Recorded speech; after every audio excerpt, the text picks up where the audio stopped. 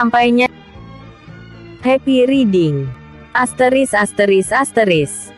Akhirnya mereka bertiga membahas rencana itu dengan santai sambil makan siang. Dan kemudian berpisah di jalan karena Erik hendak menyiapkan keperluannya nanti malam. Sedangkan Revan balik ke kantor dan Valen kembali ke panti. Sesampainya di rumah, Erik langsung menyiapkan beberapa piranti untuk penyamaran dirinya. Ternyata dia memakai sebuah topeng tipis yang membuat wajahnya terlihat seperti berjerawat. Erik berkali-kali mencoba untuk bergaya dengan wajahnya yang baru. Dan dia sangat puas karena wajah yang tampan tertutup dengan jerawat dan memang wajahnya jadi berubah menjijikan. Aku yakin kalau seandainya Bill Weston melihat wajahku dia pasti tidak akan bisa mengenali aku. Apa aku coba dulu aja ya jalan-jalan keluar ke arah tetangga, kalau mereka tidak mengenali wajahku berarti memang benar aku tidak bisa dikenali dengan mudah. Erik merasa bahwa idenya itu sangat menarik dan layak untuk dicoba. Kalau tetangganya saja tidak mengenali dirinya, bisa dipastikan Bill Weston pasti juga tidak akan mengenali dirinya. Lalu Erik memulai skenarionya dengan keluar dari rumah dan mencoba berbelanja di sebuah warung milik tetangganya. "Bu mau beli sabun tapi uangnya kurang," kata Erik dengan nada yang berbeda dari biasanya. Dia sengaja berakting semelas mungkin supaya tidak diketahui oleh ibu si penjual warung. "Ya tidak apa-apa mas. Masnya boleh bawa dulu saja. Kayak sama orang lain aja," kata ibu si pemilik warung dengan nada santai. Hal ini membuat Erik menjadi gemas dan kesal. Berarti penyamarannya gagal. Terbukti. Ibu ini saja bisa menebak dirinya dengan baik, lalu bagaimana dengan Bill Weston yang terkenal licik? Emang ibu tahu siapa saya?" tanya Erik dengan nada gelagapan. Dia tidak menyangka bahwa ibu pemilik warung itu sangat luar biasa pandai. "Lah ya tahu tuh mas Erik. Kita kan bertetangga sudah lama. Mosok ibu ndak tahu sama mas Erik yang sudah sering belanja ke sini?" sahut ibu pemilik warung itu dengan nada gamblang. Lagi-lagi hal ini membuat Erik kesal karena menurutnya dia sudah berubah dari segi wajah dan penampilannya saat ini. "Apa yang bikin ibu bisa mengenali saya? Padahal saya kan sudah berubah penampilan. Niatnya sih mau ngeprank ibu. Malah ketahuan," kata Erik beralasan. Mas Erik ini lucu. Lah tadi kan Mas Erik keluar dari rumahnya sendiri. Lagian bentuk badan sama pakaiannya itu kan yang sering dipakai sama Mas Erik. Jadi nggak perlu jadi detektif untuk bisa mengetahui bahwa yang tadi mau beli tapi uangnya kurang itu adalah Erik, kata si ibu ini dengan logat Jawanya yang kental. Erik hanya bisa terbengong-bengong saja saat si ibu pemilik warung itu menjelaskan bagaimana dia bisa mengetahui bahwa yang barusan bertemu dengan dia itu adalah Erik. Erik menganggap si ibu pemilik warung ini berbakat untuk menjadi seorang detektif handal. Dia bisa memperhatikan outfit yang saat ini dipakai oleh Erik ternyata adalah outfit yang sering dipakai saat berbelanja ke warung si ibu ini. Jadi akan lebih baik kalau nanti dia sedikit berhati-hati mungkin dengan mencukur rambutnya atau memakai pakaian-pakaian yang tidak pernah dia pakai sebelumnya. Juga nantinya Erik akan berusaha untuk mengubah logat menjadi logat Jawa ketimbang dia memakai logatnya sendiri yang tidak ada nuansa Jawanya. Wah, terima kasih Bu untuk masukannya. Sebenarnya ibu ini punya bakat untuk menjadi seorang detektif. Sebenarnya sayang kalau ibu hanya sekedar menjadi pemilik warung saja, kata Erik memprovokasi si ibu. Mas ini sebetulnya bukan bakat jadi detektif tapi karena ibu sudah terbiasa kepo dengan urusan sekitar. Maklumlah ibu-ibu itu emang kan biang gosip. Seperti ibu-ibu di kampung ini selalu membicarakan Mas Erik. Hitungannya Mas Erik itu adalah kembang desa. Loh, kok bisa saya jadi kembang desa? Saya kan laki-laki kok malah jadi kembang desa? Sungut Erik dengan nada lesal dikatain kembang desa. Maksud ibu, Mas Erik itu selalu jadi topik pembicaraan teratas bagi ibu-ibu. Oh ya, Erik merasa tersanjung karena sudah menjadi buah bibir di kalangan ibu-ibu. Walaupun hanya sekedar buah bibir di kalangan ibu-ibu, yang penting kan tenar dan menjadi topik pembicaraan, pikir Erik dengan sombong. Iya, ibu-ibu di kampung ini sering membicarakan tentang Mas Erik. Kata mereka begini, ganteng-ganteng kok nggak punya istri. Ganteng-ganteng kok jomblo. Truk aja ada gandengannya kok Mas Erik tidak punya gandengan. Yang lebih parahnya lagi, mas mereka itu berpikir kalau Mas Erik itu tuh ibarat magnet, itu bukan tarik-menarik tapi tolak-menolak alias medan magnetnya sama alias homogen. Perkataan si ibu ini bukan hanya melukai harga diri Valen tapi juga menohok perasaannya. Wajah Erik yang tadinya semringah menjadi mendung tanpa udan. Dia auto kesal karena si ibu menggibahkan dirinya. Meski jomblo, tapi kan dirinya adalah jojoba jomblo-jomblo bahagia.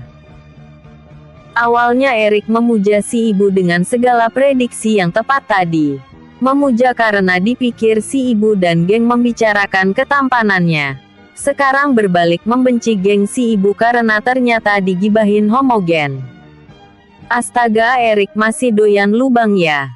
Wak wak wak. Bu, saya permisi, kata Erik sok sopan. Loh, sabunnya kok gak jadi dibawa? Tanya si ibu dengan raut aneh.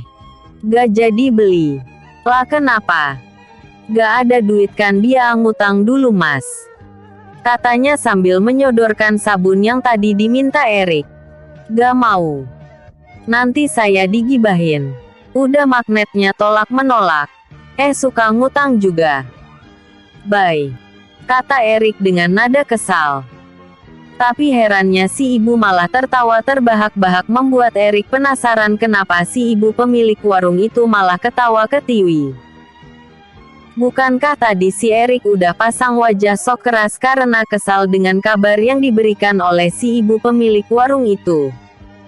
Lah kok ibu malah ketawa-ketawa sih? Saya ini marah kok malah diketawain. Emang ibu itu mikir apa kok bisa ketawain saya?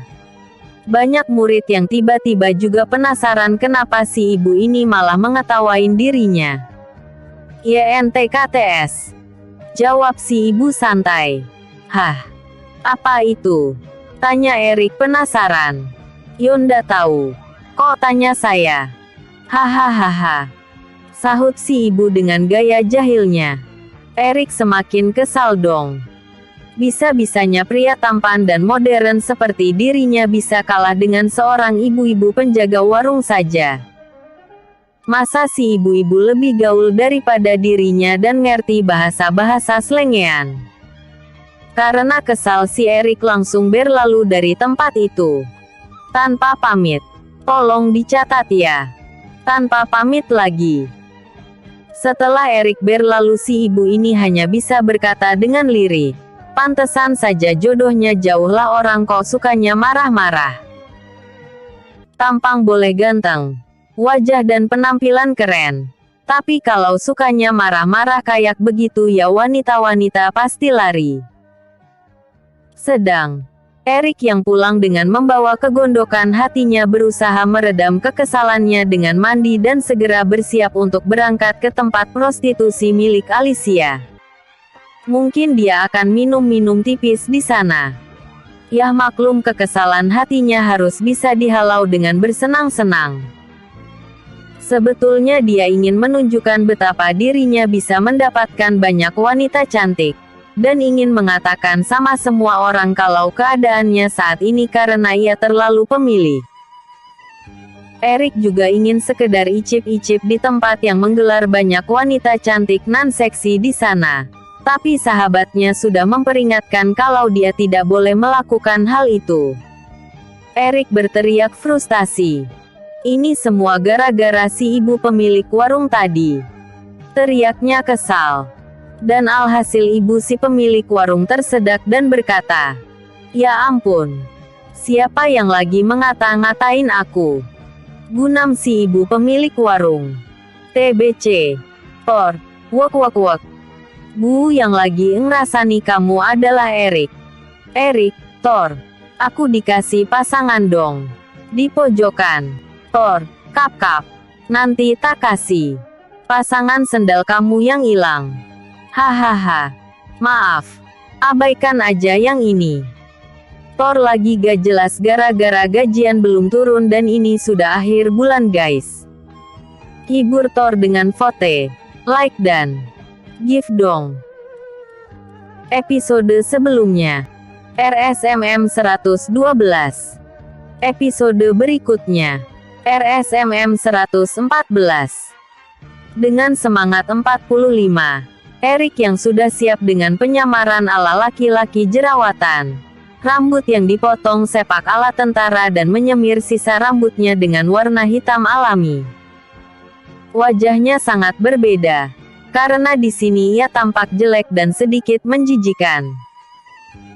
Erik memakai outfit kemeja hitam, celana bahan warna hitam dan jas warna senada. Tampak pede dengan penyamarannya. Dia menganggap penyamarannya kali ini sangat sempurna. Dia tampak berbeda dan menjadi seperti orang lain. Dia juga sudah berusaha berkata-kata dengan logat bahasa Jawa, supaya dia menjadi Erik dengan versi yang lain. Ini dia lakukan karena dia takut kalau sampai bertemu dengan Paman Bill, maka Paman Bill tidak akan mengenalinya. Oke, aku sudah siap berangkat. Mudah-mudahan apa yang aku lakukan saat ini berhasil, kata Erik dengan nada yakin. Ia bergegas mempersiapkan segala sesuatu yang diperlukan untuk berangkat ke rumah prostitusi milik Alicia. Jam 20 persis dia sudah berangkat dari rumahnya karena perjanjian jam kerjanya adalah jam 21 sampai jam 6 pagi. Sesampainya Erik di tempat kerjanya, dia melihat bahwa situasinya sudah ramai. Memang tempat ini semacam prostitusi ilegal tapi eksklusif. Hanya orang-orang tertentu yang berduit saja yang bisa booking di tempat ini. Erik langsung saja nyelonong masuk dengan percaya dirinya, dia bahkan langsung menuju ke kantor milik Alicia. Dan tanpa ragu dia langsung mengetuk pintu karena dia ingin melapor bahwa mulai malam hari ini dia sudah resmi bekerja di tempat Alicia. Dan ternyata Alicia langsung mempersilahkan dia masuk. Erik masuk ke dalam ruangan Alicia. Dan dia agak sedikit terkejut karena dia melihat Paman Bill ada di sana. Pucuk dicinta ulang pun tiba, pikirnya dengan perasaan senang. Bayangkan dalam sekali kerja dia langsung bisa mendapatkan jejak si Bill ini. Tentunya itu berarti keesokan hari Bill bisa diciduknya dengan mudah. Tapi dia masih ingin melihat permainan dari Bill. Dan dia tahu bahwa pasti Bill meminta pertolongan dari Alicia. Lapor Nona. Saya masuk, kata Erik pada Alicia.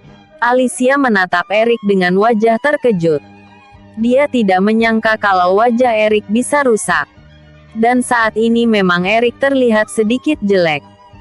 Rick, apa yang terjadi dengan wajahmu itu? Kamu kelihatan menjijikan sekali, kata Alicia sambil mengernyitkan keningnya tanda dia merasa jijik melihat Erik. Oh ini, Nona. Saya itu terkena penyakit, katanya sambil menggaruk-garuk kepalanya dengan sedikit salah tingkah. Posisinya saat ini ada di belakang Paman Bill yang tadinya sedang berbincang dengan Alicia. Ih, kamu ini menjijikkan banget. Kalau kamu sudah tahu bahwa kamu kena penyakit, ngapain kamu masuk ke sini? Nanti pelangganku bisa lari semua melihat kamu penyakitan begini, kata Alicia sambil mengerutkan wajahnya karena jijik. Sedangkan Paman Bill yang tadinya menghadap ke arah Alicia kini menengok ke arah Erik. Erik udah takut kalau sampai dia ketahuan oleh Paman Bill. Tapi rupanya Paman Bill sedang dalam posisi tidak terlalu memperhatikan wajah dari Erik, jadi kayaknya aman sih. Bukan begitu Nona. Ini penyakit-penyakit alergi saja dan ini tidak menular sama sekali. Jadi saya kemarin mengkonsumsi oplosan. Mungkin karena tidak kuat dengan komposisinya, jadi di wajah serta sekujur tubuh saya keluar seperti jerawat. Tenang saja Nona, saya sudah ke dokter dan ini tidak menular. Kayak alergi kulit gitu loh, kata Erik dengan logat Jawa yang sebenarnya sedikit aneh. Ya sudah. Jangan sampai kamu membuat jijik pelanggan-pelangganku. Kalau bisa kamu harusnya memakai masker dan kacamata hitam, supaya wajah kamu sedikit tertutup, kata Alicia mencoba maklum. Siap Nona. Memang saya ingin memakai masker dan kacamata. Cuman karena harus menemui normal terlebih dahulu, jadi saya melepas masker dan kacamatanya. Daripada nanti Nona bingung kalau saya memakai masker dan juga kacamata hitam di dalam ruangan, kata Erik masih dengan logat Jawa. Ya sebenarnya gak apa-apa sih. Soalnya tugas kamu memang bukan untuk menjaga keamanan tempat ini. Sebetulnya aku lebih mengarah kepada kamu melindungi klien aku yang ada di hadapanku ini. Kamu kenalkan, ini namanya Billy. Dan dia itu bisa kamu panggil saja Om Billy. Dia adalah klien A1 yang harus kamu lindungi. Kamu tidak perlu tahu apapun, yang penting saat dia berpergian kamu ikuti dari agak jauh sehingga kamu bisa memantau siapa-siapa saja yang akan menemui dia atau hendak mencelakai dia. Kamu yang aku perintahkan untuk melindungi dia, perintah Alicia sambil memperkenalkan Paman Bill dengan Erik. Alicia pun hanya memperkenalkan Bill Weston dengan nama Billy saja. Cia sayang, kamu gak perlu melakukan itu. Aku juga gak akan keluar-keluar kok selama ini, kata Bill dengan tatapan penuh kemesuman ke arah Cia yang hari itu menggunakan baju yang kekurangan bahan. Ingat tempat. Dasar bandot tua, ejek Cia dengan kasar. Dan itu membuat Paman Bill malah menatap Cia dengan penuh kemesuman. Rupanya perkataan kasar yang dilontarkan Cia malah menaikkan libidonya. Dasar orang tua laknat, pikir Erik dengan kesal. Masa dia yang masih muda aja dapat daun muda susah banget.